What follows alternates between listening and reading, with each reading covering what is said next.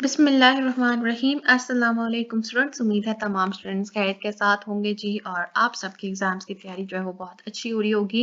तो आप लोगों का जी एक दिन के बाद होने जा रहा है इंग्लिश का 10th क्लास का एग्जाम और आज आपके साथ मैं शेयर करने जा रही हूँ chapter wise important short questions English के, क्योंकि आपको पता है कि आपके पास ऑलमोस्ट 10 मार्क्स का जो पेपर होता है वो आपके पास टेक्स्ट बुक के शॉर्ट आंसर्स आते हैं, उनमें से आप लोगों को सॉल्व करना होता है। आपको 8 to 9 क्वेश्चन दिए होते हैं, आपने 5 क्वेश्चन को अटेम्प्ट करना होता है। तो चैप्टर वाइज हमारे पास इस बार कौन से टेक्स्ट बुक में जो है वो इंपॉर्टेंट शॉर्ट क्वेश्चन हैं जो पूछे जा सकते हैं, जिनका 70 to 80% चांस होगा कि आपको इन्हीं में से पूछे जाएं, वो आपके साथ शेयर किए जाएंगे।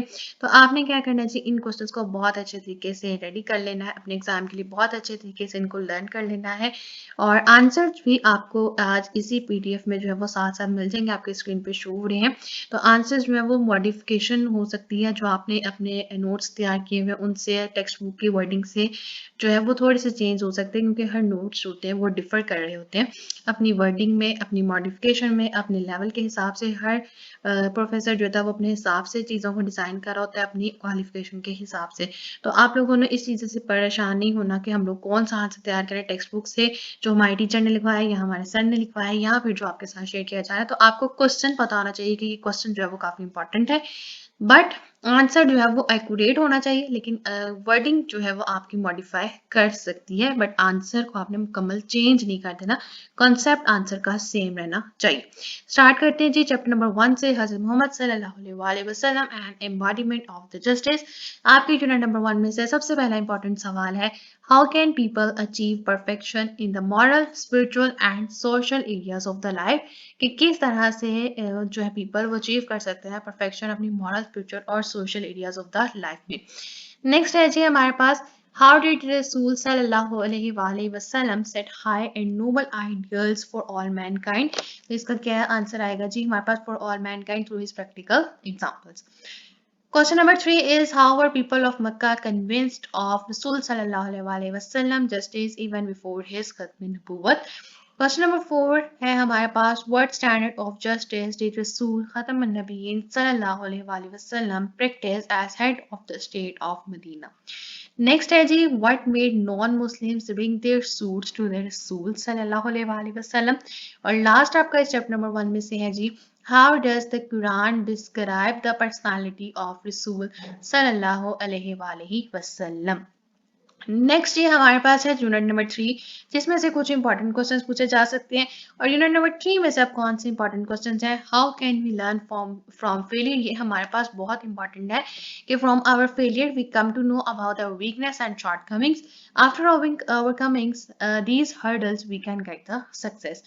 Question number 8, how is failure not a disgrace? Wise men learn from their failure, try again, get success and become respectable. In this respect failure is not a disgrace. तो इस चैप्टर में से एक question लाजमी पूछना होता है, क्योंकि ये आपके जनरल आपकी जो आपकी मेंटालिटी है उसको टेस्ट कर रहा होता है कि आप फेलियर के साथ किस तरह से डील कर सकते हो। Question number 9 is, why is the poet repeating the sentence try again. क्यों रिपीट कर रहा है again and again this sentence, to make us aware of importance of trying again. Next is question number 10. How many times should we try and why? We should always keep on trying till we achieve our goal and get success. और last है जी हमारे इस chapter में से, what should we do if we find our task hard? If we find our task hard, we should not be discouraged. We must see that if other people can do it, we can do it also. Then we would do it successfully. Next है जी हमारे पास chapter number 4 first aid, और इसमें भी हमारे पास important questions आते हैं। सबसे पहले है जी हमारे पास, you should not keep checking if the bleeding has stopped, why. Question number 13, why is it necessary to keep away soap from the wound. 14 is, how is an antibiotic cream or ointment good in healing the wound? ये हमारे पास बहुत important question है। Next है जी, when do you need to see a doctor? We need to see a doctor if the wound is not healing or we notice any redness, pain, drainage, worm or swelling. Question number 16, what should your first aid kit consist of? और इसमें आप लोगों ने वो अपनी सारी first aid kit का जो सामान है वो होता है, उसमें हमारे पास cotton wool, safety pins, tweezers, pair of scissor, latex gloves, calamine lotion, tablets, clinical thermometer, ये सारी चीजें हमारे पास किसमें आनी चाहिए, फर्स्ट एड किट में। नेक्स्ट है जी इंपॉर्टेंट चैप्टर शॉर्ट क्वेश्चंस के लिए, वो है unit number 6 television versus newspaper. ये भी बहुत इंपॉर्टेंट होता है और इसमें से क्वेश्चंस आते हैं। तो आपके पास है जी 17 question number, how is the newspaper more convenient medium of the news. Question number 18, how does the viewer get restricted while watching the TV news. Question number 19, in what way viewing news on TV is easier than reading a newspaper. Question number 20 is how do newspaper give us in depth coverage, की newspaper आपको किस तरह से एक इन depth coverage देता है।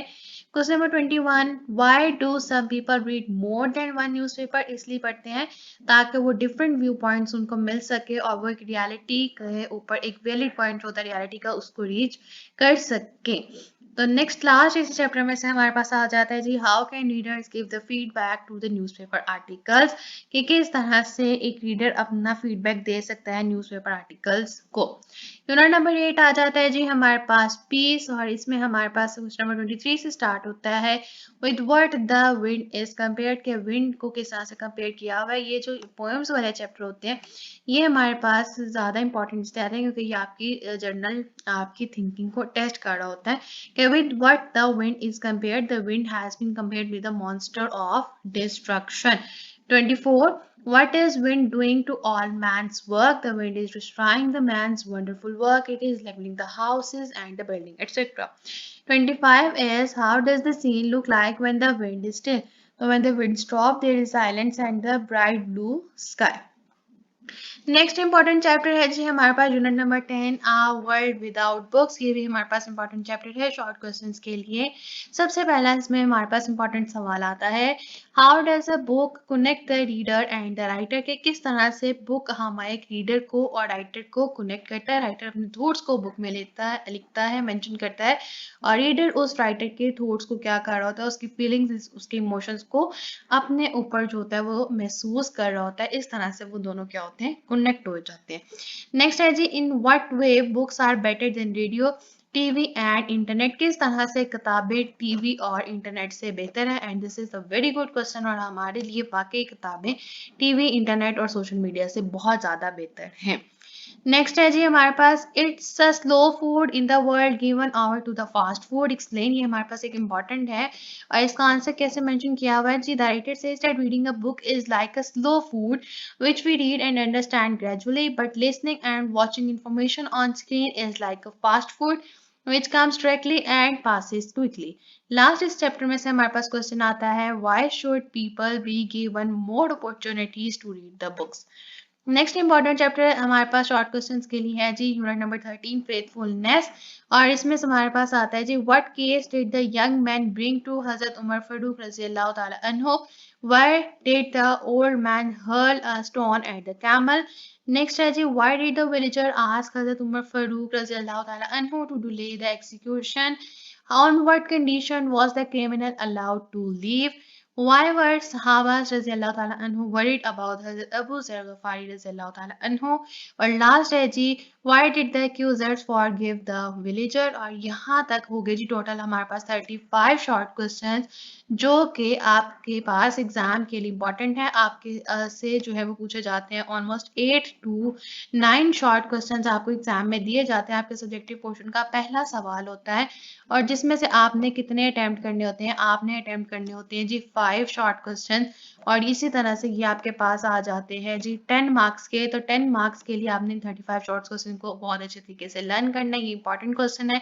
Important चीज़ों का मतलब होता है कि इनको आपने थोड़ा सा ज़्यादा फोकस देना है, लेकिन इसका मतलब ये गेस नहीं होता कि आप लोग बाकी चीज़ों को छोड़ देंगे, बस आपने यही क्वेश्चन कर ली तो आपका एग्जाम हो जाएगा, ऐसी बात नहीं होती। ये गेस पेपर होता है, तो guess is always a guess. तो अपनी बाकी चीज़ों को जो है वो उनको ऊपर कभी भी ऐसा आपने नहीं करना कि उनको छोड़ दिया और इनको ऊपर जो है रिलाई कर लिया।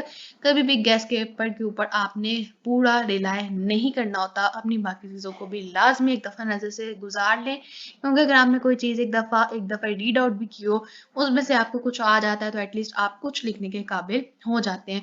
तो तमाम स्टूडेंट्स को मेरी तरफ से जी अपना इंग्लिश के एग्ज़ाम के लिए बेस्ट ऑफ लक, और तमाम स्टूडेंट्स का जी मेरी तरफ से दुआ है कि आप लोगों का एग्ज़ाम बहुत अच्छा हो और जो आपके साथ इंपॉर्टेंट चीज़ें शेयर की गई हैं वो आपके लिए काफ़ी हेल्पफुल साबित हों। लास्ट में जाते हुए जी मेरी आप सबसे बिग रिक्वेस्ट होती है कि अगर अभी तक आपने चैनल सब्सक्राइब नहीं किया, काइंडली प्लीज़ चैनल को ज़रूर सब्सक्राइब कर दीजिएगा। वीडियो पसंद आए तो वीडियो को ज़रूर लाइक कीजिए और ज़्यादा से ज़्यादा शेयर कीजिए। Thank you.